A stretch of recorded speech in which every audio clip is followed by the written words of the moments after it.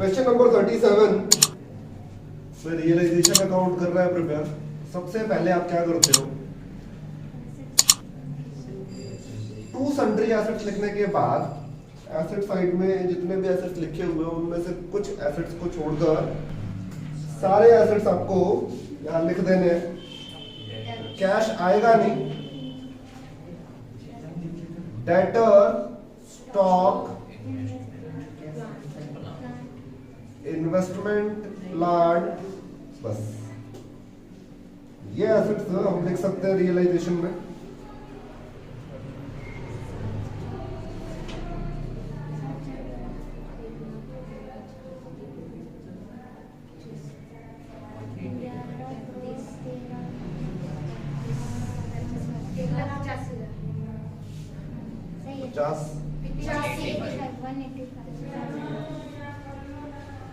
Sundry assets का total आ रहा है 185। एसेट्स को लिखने के बाद लायबिलिटीज लिखनी है आपने, और लायबिलिटी में केवल outsider liability, creditors, bank loan, employees provident fund, IFR investment fluctuation reserve, और कमीशन जो आपका एडवांस है वो।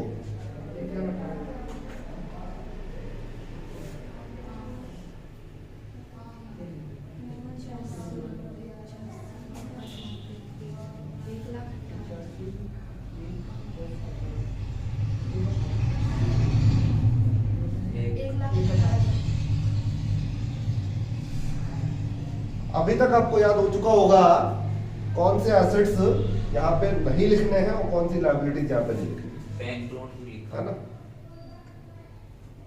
जो मैंने, अच्छा एक तो ये तरीका है कि आप ये पता कर लो कि आउटसाइडर लायबिलिटी लिखना है मुझे, जो मुझे बाहर वाले को पे करना है वो लिखना है। और दूसरा तरीका ये जो मैंने लिस्ट लिखवाया था वो देख लो, वहां पे मैंने लिखा था कि पार्टनर का लोन नहीं आएगा, केवल पार्टनर का लोन नहीं आएगा, अदरवाइज सारा लोन आएगा। तो बैंक लोन तो वैसे भी आउटसाइडर है ना, ठीक है। तो एसेट्स और लायबिलिटीज को ट्रांसफर करने के बाद आप देखते हो एडजस्टमेंट में क्या क्या लिखा हुआ है। एडजस्टमेंट में क्या लिखा है, पहले तो लिखा है कि जो अंजू है उसको हमने अपॉइंट किया हुआ है कि सारे एसेट्स को रियलाइज करने की रिस्पॉन्सिबिलिटी उसी के पास है, और बदले में अंजू को 5% का कमीशन मिलेगा ऑन सेल ऑफ एसेट्स, जितने का भी एसेट बिकेगा उसका 5% मिलेगा। And was to bear all expenses of realisation, हम उसको 5% दे रहे हैं तो हम उसको उसकी मेहनत के लिए दे रहे हैं 5%, और हमने ये भी कहा है कि अगर कोई खर्चा हो गया तो उसको भी पे करने की रिस्पॉन्सिबिलिटी तुम्हारी है।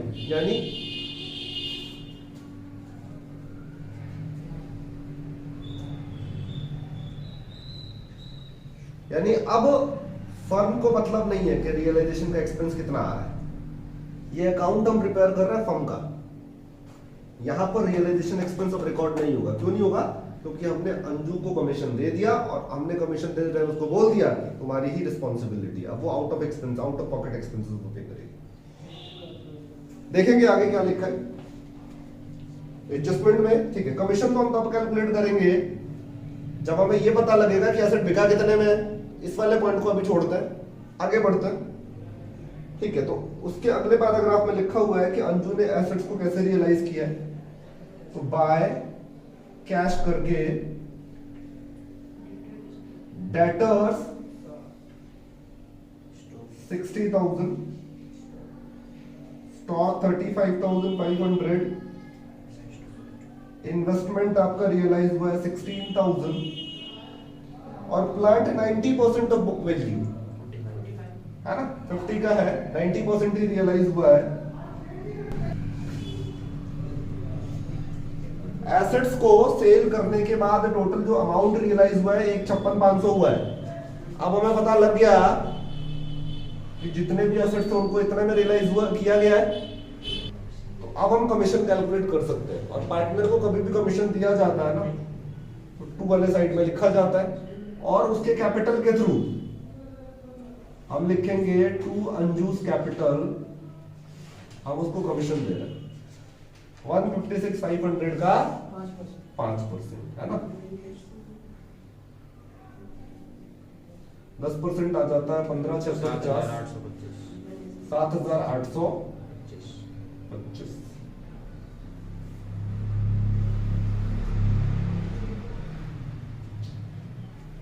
आया समझ यहाँ तक?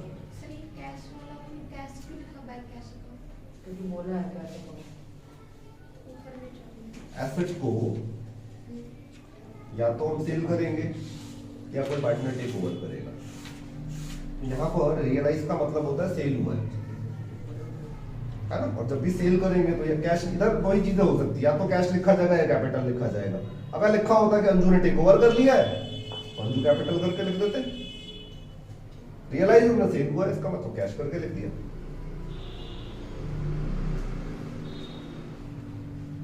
उसके बाद रियलाइजेशन का एक्सपेंस 7,500 आ गया। क्वेश्चन पे हमने ऊपर पढ़ लिया था कि अंजू को कमीशन दे दिया गया है और उसको बोल दिया गया कि रियलाइजेशन के एक्सपेंस को बियर करने की रिस्पॉन्सिबिलिटी अंजू की है, यानी अब फर्म को रियलाइजेशन के एक्सपेंस से कोई मतलब नहीं रिकॉर्ड करेंगे यहाँ पे। उसके आगे लिखा है कमीशन जो था आपका एडवांस में मिला हुआ था, उसको आपने रिटर्न कर दिया कस्टमर को 3,000 डिडक्ट करने के बाद।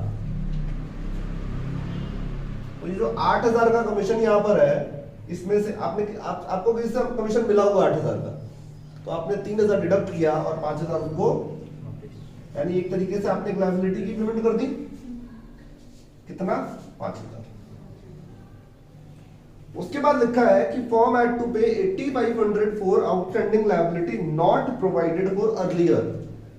फर्म को 8,500 का आउटस्टैंडिंग सैलरी पे करना पड़ा है जिसकी डिटेल बुक में नहीं थी, बैलेंस शीट में दिख भी नहीं रही, तो अनरिकॉर्डेड लायबिलिटी हो गया। अब देखो लायबिलिटी जो रिकॉर्डेड है वो तो ये है, इनकी पेमेंट करेंगे तब भी हम इधर लिखेंगे टू कैश करके, और जो यहाँ रिकॉर्डेड नहीं है अनरिकॉर्डेड लायबिलिटी होगी उसकी भी पेमेंट आपको इधर ही करनी है। तो उसके लिए भी हम क्या लिखेंगे? To cash account outstanding salary 8,500 है ना। याद रखने के लिए आप ऐसे लिख सकते हो, ये आउटस्टैंडिंग सैलरी, ये कमीशन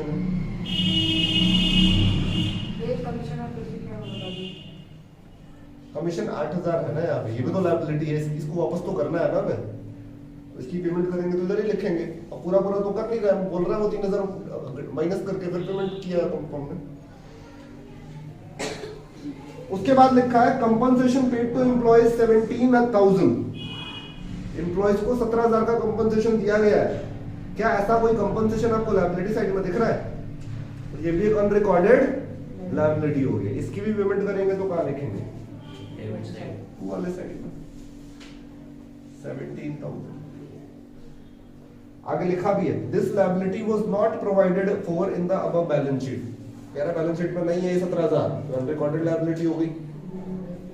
आगे लिख रहा है कि 20,000 की पेमेंट आपने कर दी एम्प्लॉयज प्रोविडेंट फंड के बदले में। तो यहाँ देखो लायबिलिटी तो है, यहाँ पे ईपीएफ की लायबिलिटी कितनी है? 15,000 की लायबिलिटी है, बट आपको पे कितना करना पड़ रहा है? 20,000। तो उससे वो नहीं दे, ढूंढना नहीं है आपको कि 5,000 कहां से आया। जितनी पेमेंट हो रही है चुपचाप कर दो।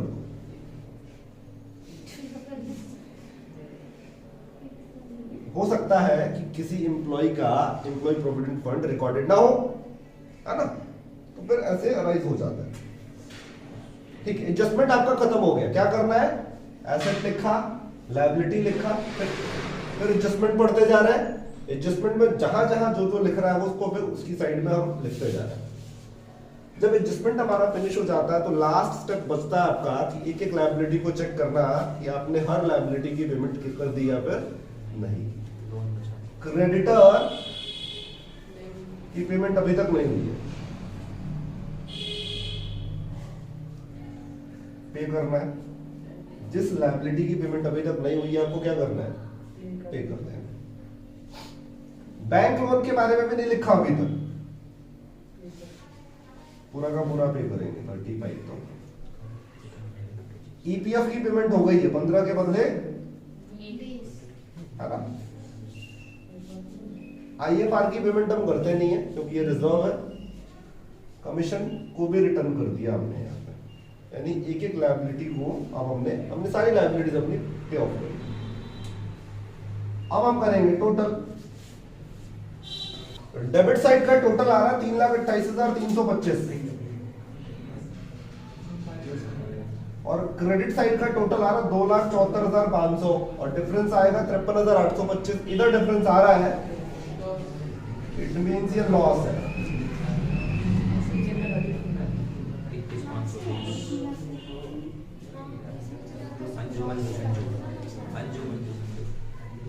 यूटिलाइजेशन का लॉस 53,825 और उसको फिर तीनों पार्टनर में क्या कर देना है, डिवाइड कर देना है।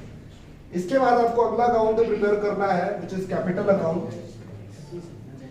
कैपिटल अकाउंट कैसे प्रिपेयर करना है? सबसे पहले आप बैलेंस शीट से सारे पार्टनर्स का कैपिटल ट्रांसफर करो बाय बैलेंस ब्रोट डाउन। 50,000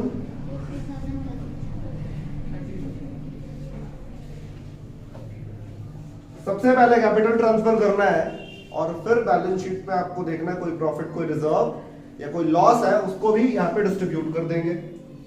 तो लायबिलिटी साइड में ठीक है, इन्वेस्टमेंट फ्लक्चुएशन रिजर्व था वो तो हमने यहाँ लिख दिया, वो डिस्ट्रीब्यूट नहीं होता है। लायबिलिटी साइड में प्रॉफिट एंड लॉस गिवन है, उसको इधर ट्रांसफर कर देंगे। 30,000 का है, 3,000 है।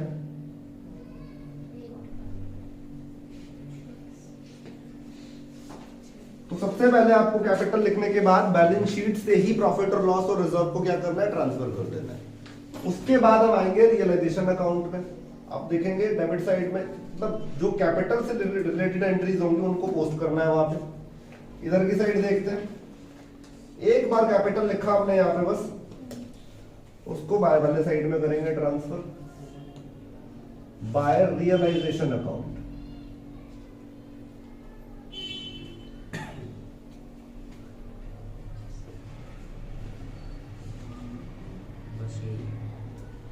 और क्रेडिट साइड में ये लॉस है, ये ट्रांसफर करेंगे।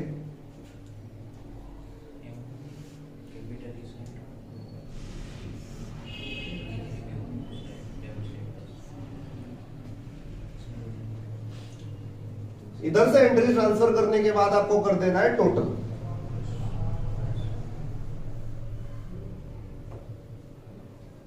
और जो डिफरेंस आएगा वो फाइनल अमाउंट होगा जो हम पार्टनर्स को पे ऑफ करेंगे। तो टोटल इधर का 57,825। अंजू का जो फाइनल पेमेंट का आ रहा है टोटल डिफरेंस वो आ रहा है 35,095। मंजू का 27,270 टोटल 50 है, डिफरेंस आएगा 27,270। और संजू का जो क्रेडिट साइड का टोटल है 30,000 है। और इधर आप देखो 18,600 है ना, 10,000 और 600 है, माइनस कर देंगे 18,635। 18,635 का बैलेंस आएगा। यानी हमें इन तीनों पार्टनर को इतना इतना अमाउंट पे करना है एज अ फॉर्म। अगला अकाउंट है कैश अकाउंट, फाइनल अकाउंट है हमारा। पहले बैलेंस का ब्रोट डाउन लिखना है आपने कैश का।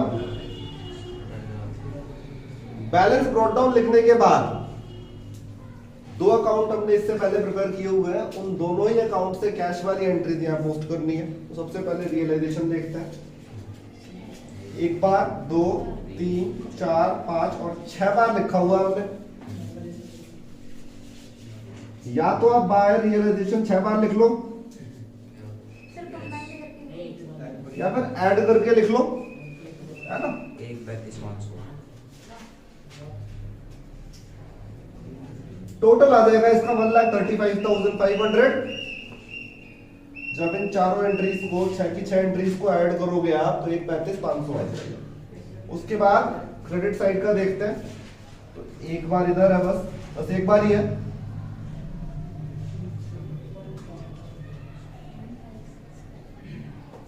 $1,56,500 इस अकाउंट से पोस्टिंग करने के बाद आपको कैपिटल अकाउंट से पोस्टिंग करना है, और टू कैश लिखने का मतलब है यहाँ पे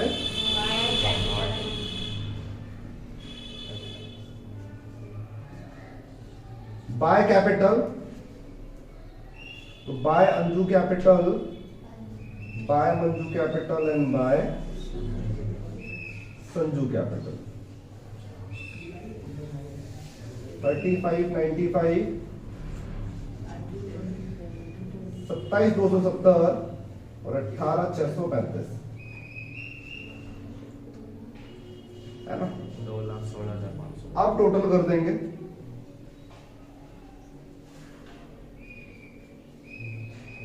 और कैश अकाउंट का जो टोटल है वो इक्वल आना चाहिए, तभी आपका क्वेश्चन ठीक माना जाता है।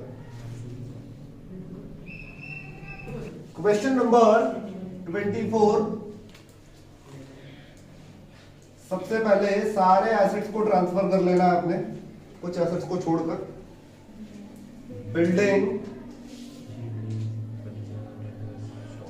मशीन, फर्नीचर,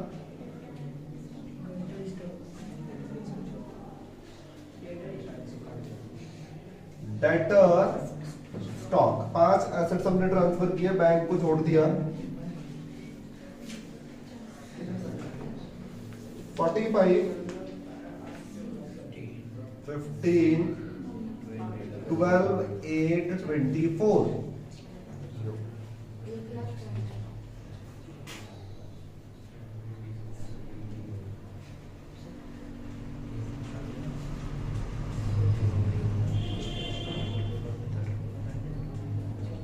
एसेट्स को ट्रांसफर करने के बाद आपको लायबिलिटीज ट्रांसफर करनी है इधर,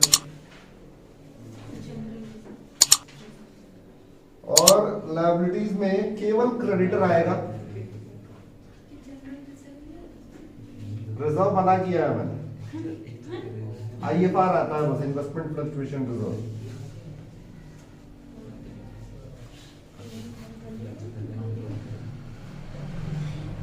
पार्टनर का लोन भी है, लेकिन अब लोन तो लिखते नहीं है यहाँ पर।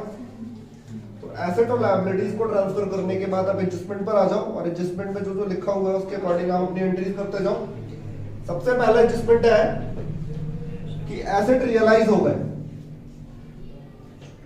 तो हम बाय बैंक करके जो एसेट रियलाइज हो रहा है उनकी वैल्यू लिख देते हैं। स्टॉक, डेटर, मशीन, फ्री और बिल्डिंग।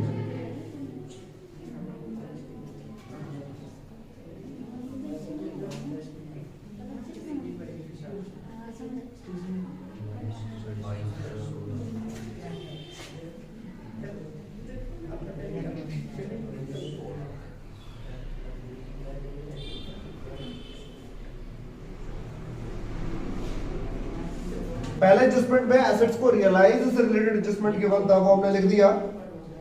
बी वाले पॉइंट में लिखा हुआ है कि जो पार्टनर का लोन है बैलेंस शीट में 3,000 का, उसने लिखा हुआ है सी वाले पॉइंट में कि उसने 2,500 एक्सेप्ट कर लिया अपने लोन के बदले में। अब देखो पार्टनर का लोन तो हम यहाँ लिखते नहीं है, लायबिलिटी जब लिखते हैं तो पार्टनर का लोन यहाँ नहीं लिखा जाता है। तो जब यहाँ नहीं लिखते हैं तो इसका सेटलमेंट भी इधर नहीं आता है। लेकिन अगर उस पार्टनर ने कम अमाउंट एक्सेप्ट किया है या ज्यादा अमाउंट एक्सेप्ट किया है तो उससे फर्म को हो जाता है लॉस, और वो प्रॉफिट और लॉस आपको यहाँ पे लिखना पड़ेगा। तो 3,000 का लोन है पार्टनर का, लेकिन वो एक्सेप्ट कितना कर रहा है 2500। तो 500 रुपए का क्या हो गया फर्म को? फर्म को लॉस हुआ, फर्म को तो प्रॉफिट हुआ ना। इधर रिकॉर्ड करते हैं, ये याद रखना कि अगर पार्टनर के लोन को पे करते टाइम फर्म को प्रॉफिट हो रहा, कम अमाउंट पे किया जा रहा है, तो क्रेडिट वाले साइड में आएगा, उसके लोन अकाउंट को ही लिखेंगे हम यहाँ पे, लेकिन अमाउंट केवल प्रॉफिट वाला आएगा। कई बार होता है ज्यादा अमाउंट भी पे करना पड़ जाता है, तो आपको लॉस हो जाएगा, फर्म को इधर लिखना है उस पार्टनर का लोन अमाउंट, मतलब जितने का प्रॉफिट लॉस हो रहा है। लास्ट में डिसोल्यूशन का एक्सपेंस है 2,500, वो हम 2 वाले साइड में लिखेंगे, 2 बैंक करके विच इज 2,500। जब एडजस्टमेंट हमारा खत्म हो जाता है तो हम एक बार लायबिलिटीज जरूर चेक करते हैं कि जो लायबिलिटीज हमने लिखी थी उसकी पेमेंट हुई है नहीं। क्रेडिटर हमने लिखा हुआ था बट पूरे क्वेश्चन में कहीं भी क्रेडिटर की कोई बात नहीं है, क्रेडिटर को पेमेंट हुआ नहीं हुआ, हमें पे कर देना है फुल अमाउंट से।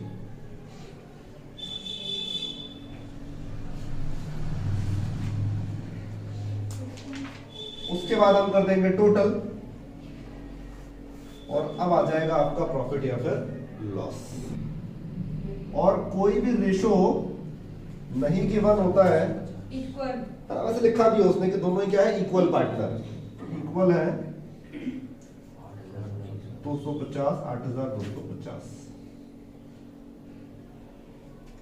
इसके बाद कैपिटल अकाउंट उसने बोला, क्लियरली बता दिया कौन कौन सा अकाउंट प्रिपेयर करना है आपको। उसके बाद कैपिटल अकाउंट, कैपिटल अकाउंट हमें क्या कैसे प्रिपेयर करना है, सबसे पहले तो हम पार्टनर्स का कैपिटल का बैलेंस ट्रांसफर करेंगे, विच इज 50,000 और 40,000, है ना। उसके बाद आपको बैलेंस शीट से ही ये देख लेना है कोई प्रॉफिट लॉस या रिजर्व गिवन हो, उसको डिस्ट्रीब्यूट करेंगे। तो क्वेश्चन में जनरल रिजर्व गिवन है, तो बाय जनरल रिजर्व करके हम डिस्ट्रीब्यूट कर देंगे 4,000 एंड 4,000,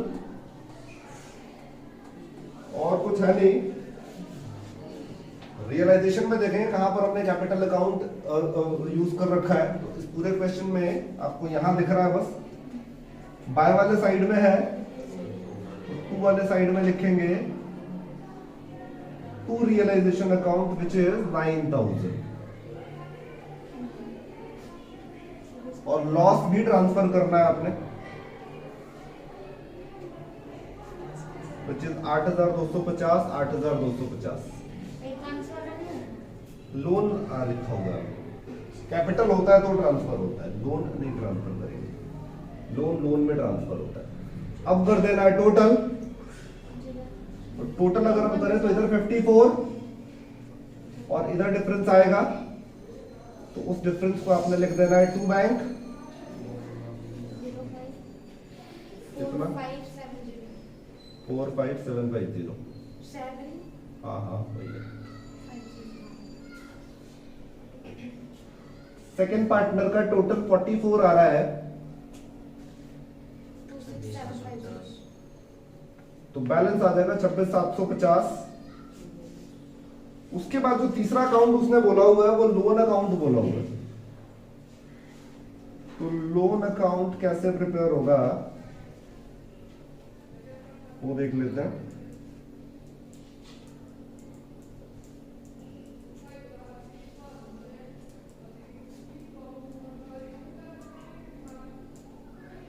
लायबिलिटी का अकाउंट जब भी हम प्रिपेयर करते हैं तो बैलेंस, उसका ओपनिंग बैलेंस क्रेडिट साइड से शुरू होता है, तो 3,000 लोन अमाउंट था इसका, और क्वेश्चन में लिखा हुआ था कि उसने 2,500 रुपए क्या कर लिए, एक्सेप्ट कर लिए, यानी 25 रुपए की पेमेंट हुई है उसको, तो टू कैश करके लिखेंगे 2,500, और जो 500 का प्रॉफिट हुआ था फर्म को, आप देखो उसको रियलाइजेशन में रिकॉर्ड कर रखा हमने। रियलाइजेशन में बाय लोन है तो लोन में टू रियलाइजेशन आएगा, टू रियलाइजेशन 500, ये लोन अकाउंट आपने कर लिया। कैश ही क्यों बैंक का आएगा ना,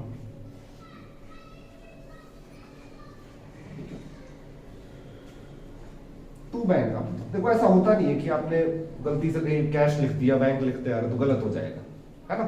वो बस ध्यान रखना है कि पोस्टिंग करते टाइम अगर हमसे स्किप हो गया वो तो प्रॉब्लम हो जाएगा। लास्ट अकाउंट है बैंक अकाउंट,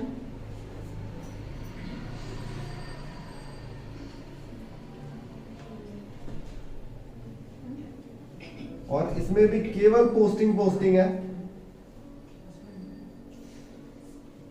बैंक एक एसेट अकाउंट है, और एसेट्स का जो अकाउंट होता है ओपनिंग बैलेंस वो हमेशा डेबिट से शुरू करते हैं, और बैंक का बैलेंस अगर आप देखो तो 11,000 गिवन है। उसके बाद हमें केवल पोस्टिंग करना है। इस अकाउंट से अगर हम देखें तो 2 बार टू बैंक करके लिखा हुआ है हमने,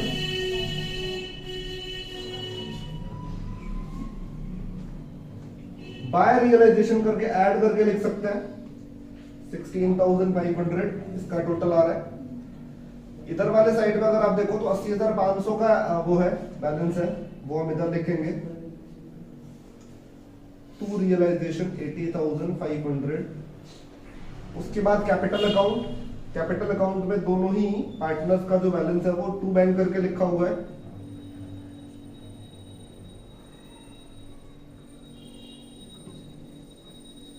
पहले पार्टनर का 45,750,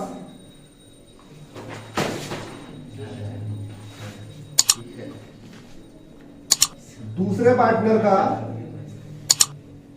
26,750 और बैंक से पहले तीसरा अकाउंट भी दिख रहा है हमें, लोन अकाउंट, तो वहां से भी एंट्री पोस्ट करेंगे। टू बैंक करके लिखा है लोन अमाउंट में, लोन के अकाउंट में, तो बैंक में बाय लोन आ जाएगा,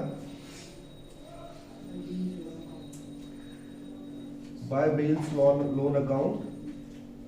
कितने अमाउंट से? केवल 2500 से। बैंक अकाउंट जब भी आप प्रिपेयर करते हो तो बस आपको ये देखना है कि इससे पहले आपने कितने अकाउंट कर रखे हैं प्रिपेयर, और उन सभी अकाउंट्स में से केवल बैंक वाली एंट्री आपको पोस्ट करनी है। अब टोटल करेंगे 91,500,